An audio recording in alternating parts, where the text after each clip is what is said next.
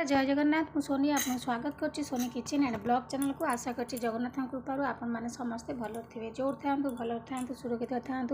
Video को fast to last जाए देखुए जब पसंद आसला लाइक करेंगे फ्रेंड सहित शेयर करेंगे आ चैनल जब नुआ अच्छा चैनल गोटे सब्सक्राइब करने तो डेली नगे चाहूँ स्टार्ट करवा। आज टिप्स अच्छी आपणकर फेस को लेकिन बर्तमान समर सीजन चलती खरा दिन तो खरा दिन स्किन बहुत डल हो जाए स्किन पूरा कला पड़ जाए पूरा झाड़ गरम रे स्किन आपणकर फेस पूरा सिझिला हो। तो ये देखो मुझे मिल्क र मिल्क कंचा क्षीर तो कंचा क्षीर में आपणकर लैक्टिक एसिड अच्छी आपणकर स्किन को हाइड्रेट करता है एंटी इन्फ्लेमेटरी प्रॉपर्टी अच्छी जोटा कि आपणकर स्किन को पूरा ग्लो करने हेल्प कर स्किन को सॉफ्ट रखिबो स्किन पूरा आपणकर मॉइस्चर भली रहिबो। क्षीर में विटामिन्स एंड मिनरल्स अच्छी जोटा कि आपन को हेल्प करता है स्किन रे टोनर भली काम करता है स्किन को ब्राइट करने हेल्प करता है कंचा क्षीर। जदि आपन पारे कंचा क्षीर ना तो आपन सिझे क्षीर ठंडा करके पारे।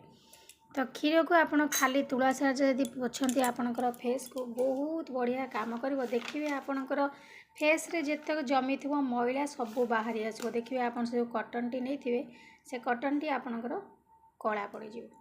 तो तापर चलतु नेक्स्ट जिनस नहीं जावा। नेक्स्ट जिनस देखो ये मुझे सुगर माने चीनी बेसी बड़ ना दाना मीडियम साइज अच्छी आम चीनी पकई ना क्षीर देहरे पकई सारापर बेसी आपन ताको मेल्ट करेंगे टिके समय घाटे मैंने अल्प टिके रुआ रुआ रही भल।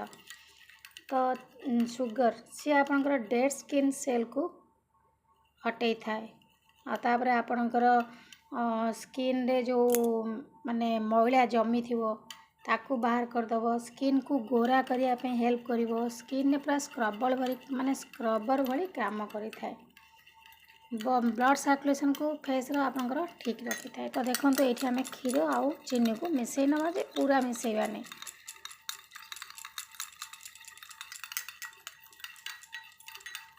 तो वीडियोटी को बिल्कुल भी स्किप करंतुनी स्किप कले आपन किसी भी बुझी पारे नहीं। तो तापर चलते आम नेक्स्ट जिनस आउ जिनस नहीं जावा। तो देखी नवा से जिनसटी कौन अच्छी आपण सी भी आपणकर फेस को बहुत ग्लो करने हेल्प करते हैं आम जो जिनसटा नेक्स्ट नहीं नवा। तो तापर देखो ये नहीं जाइए चाउल चूना राइस फ्लोर पाउडर ये आपणकर डेड स्किन सेल को रिमूव कर एंटी इन्फ्लेमेटरी प्रॉपर्टी अच्छी जहाँद्वारा कि आपणकर रिंकल्स फाइन लाइन को दूर करें। तो ये आम राइस फ्लोर पाउडर गोटे चामच पकई नवा। पकई सारा पर आम क्षीर सहित चीनी आउ चाउल चूना को भल भाव मिसई नवा। देखो ये मुझे भल भाव मिसई नहीं गली। खरा दिने साधारणतः फेस पूरा सिझी जाए गरम अत्यधिक होची स्किन पूरा डल देखा स्किन बिल्कुल भी आपणकर ग्लो करनी स्किन रे टैनिंग पड़ जाए। तो ये रेमेडी को आपण हाथ पादरे भल भाव लगे कहीं हाथ पाद आम जो खरारे बाहरती तो यही जगह गुड़ा सब टैनिंग पड़ी सिझी जाए। तो से आपणकर देखिए गोटे लेयर पूरा सिझिला भाई इड़ को सफा इड़ को कला जी कपड़ा थी ढांकी से आपणकर सफा देखा। तो आप हाथ पादर जत्न नेवा निहाती दरकार। तो ये रेमेडी आप हाथ पादर लगे पारे। तो देखो ये मुझे चाउल चूना पकईकि राइस फ्लोर पकईकि भल भाव गोले नहीं गली ये भाव गोले नियंतु गोले सारापर तापर रेडी है आपको आपणकर फेस रे लगे सप्ताह को 2 थर लगे आपणकर फेस बहुत सुंदर भाव ग्लो कर।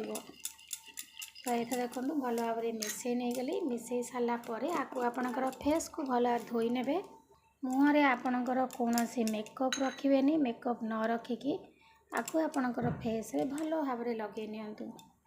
तो देखो मुझे आपन को लगे देखुची चाउल चूना आपणकर पूरा स्क्रब भली काम करिवो। एमती हल्का हल्का लगे कि आपणकर फेस को मसाज करंतु डेड स्किन सेल जगह रिमूव हो आ स्किन पूरा ग्लो करिया आरंभ हो। तो देखो ये भाव आपको घसिकी लाइव रिजल्ट देखेबी दुटा जाक हाथ को देखला परे आपन फरक निजे ही जानी पारिबे। तो देखो ये भाव में टिके हल्का हल्का करके मसाज करनी द्वारा चीनी पड़ी आउ चाउल चूना दुटा जाक जिनस आपणकर डेड स्किन सेल को रिमूव कर।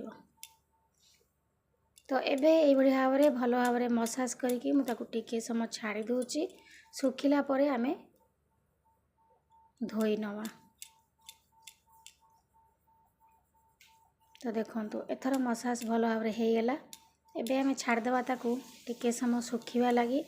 सुखी सारा पर आमे आकू धोई नवा। देखंतु माने लगेला भितर आपन देखौची, आपन देखि जानि परथु केते चमक देखा जाउची। धीरे देखा हाथ देखंतु आपन फरक निजे ही जानि पारिबे। गोटे थर रे एते यदि ग्लो करिवो ताले आपन यदि 2 थर 3 थर व्यवहार करिवे तो सप्ताह को अति कम रे 2 थर व्यवहार करंतु, देखिबे आपनकर फेस रो चमक। तो एबे किस समय पर आमे धोई नवा। आपन को जेते टाइम आपन ए रेमेडी सेते बेले लगे पारिबे। किछि भी नहीं तो सप्ताह को थरे मध्य लगे पारिबे।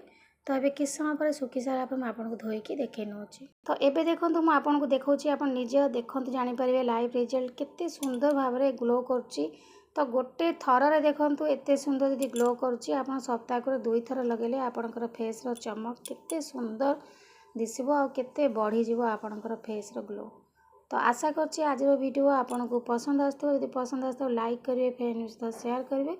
आ चैनल जदि नुआ अछंती चैनल गोटे सब्सक्राइब करनेबे। तो आज पई मु विदाय नउची। पुणी देखा हेबे आपन सहित नेक्स्ट वीडियो रे। से पंत रहउची। नमस्कार, जय जगन्नाथ।